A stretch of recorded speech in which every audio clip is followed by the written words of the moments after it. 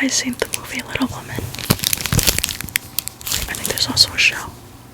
I'm not quite sure, so don't tell anyone that I said that, okay? But today, we're gonna have a little bit of fun and read a Christmas book.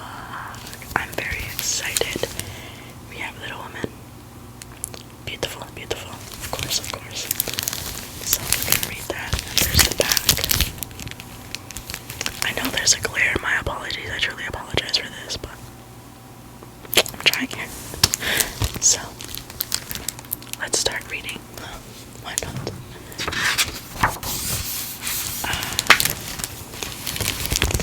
A Little Woman Christmas.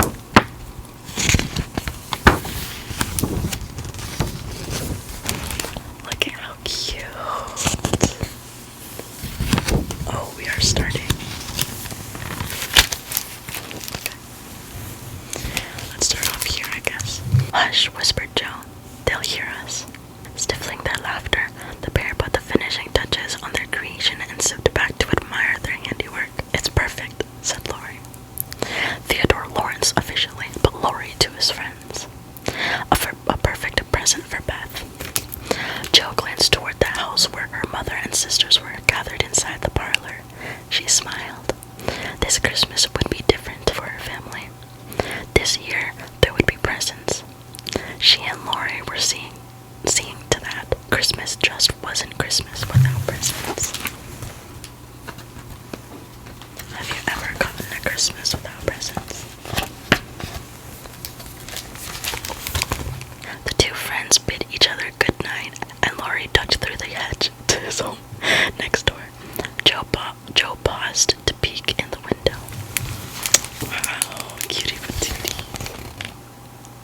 I got my eye on you.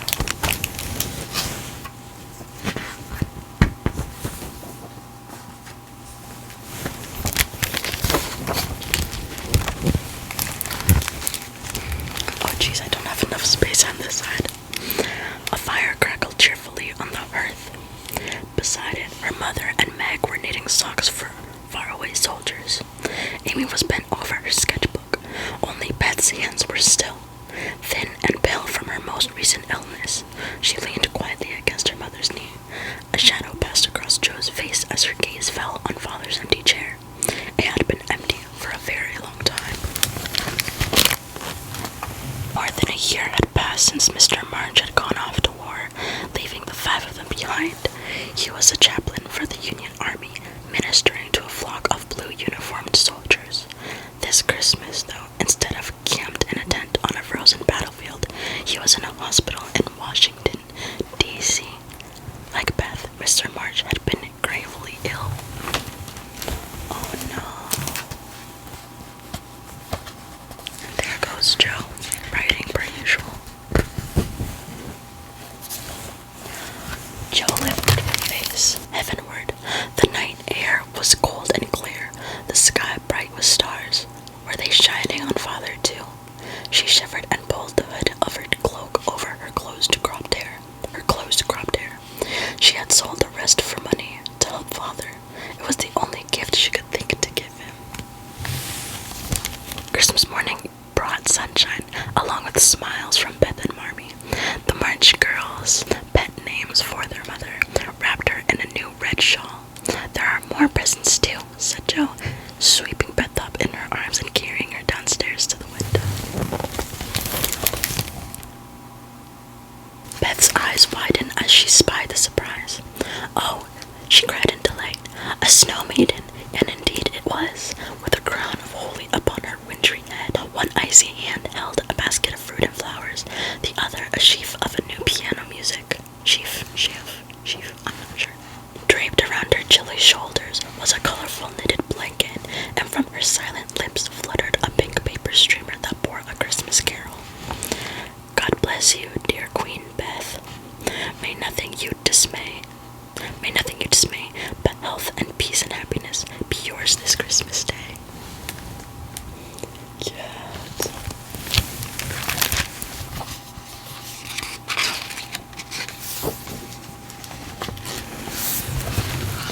Beth was not the only one to receive a present.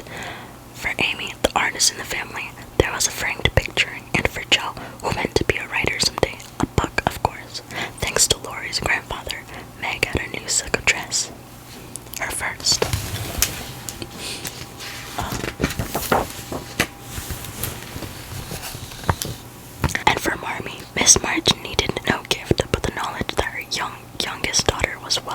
and her husband safe.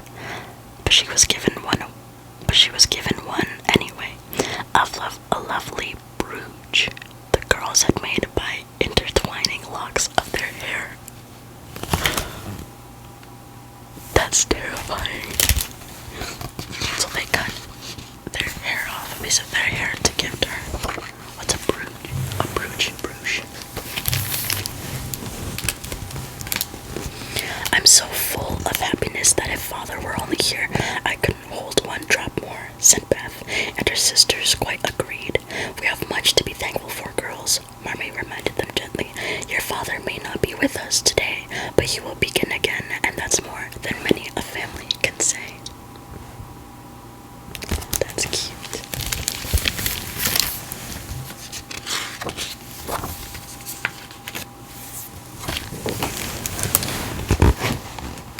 Now and then in this workday world, delightful things do happen. For some time later, the final drop to their cup of happiness was added when the parlor door flew open and Laurie poked his head in. Here's another present for the March family, he cried, stepping aside to reveal a tall figure standing behind him. Oh, Laurie.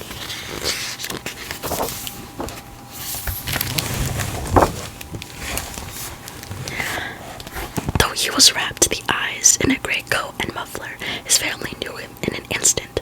Father was home.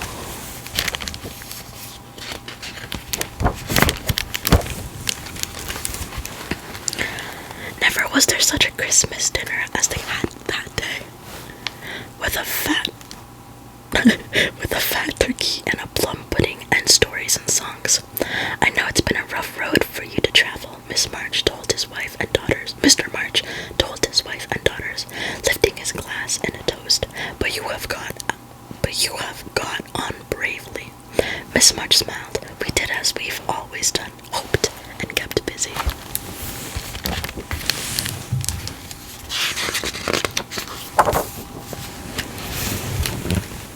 After dinner, Mr. March settled into the chair by the fireside that had been empty for so long. He looked with fatherly satisfaction at the 4 young faces gathered around him and smiled as he took his eldest daughter's hand. Here's industrious Meg, who was helped to keep home happy. And Amy, he reached out to stroke her shining hair, whose talent lies in making life beautiful to herself and others. Hugging Beth close, he whispered, and I've got you safe, my Beth, and I will keep you so. Please, God.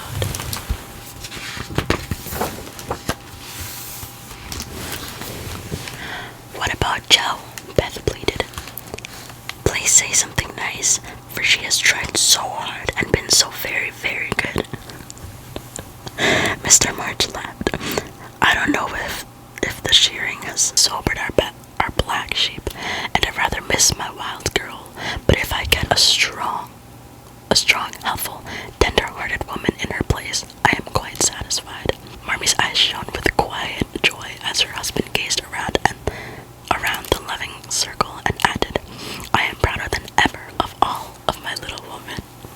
The March family's full hearts overflowed, and Beth sighed in contentment. We have father and mother and each other, she said. That's the very best present of all.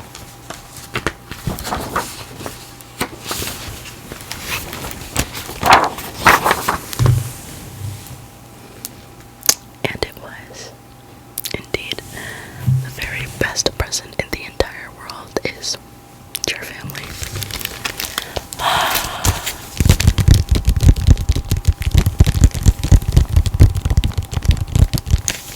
So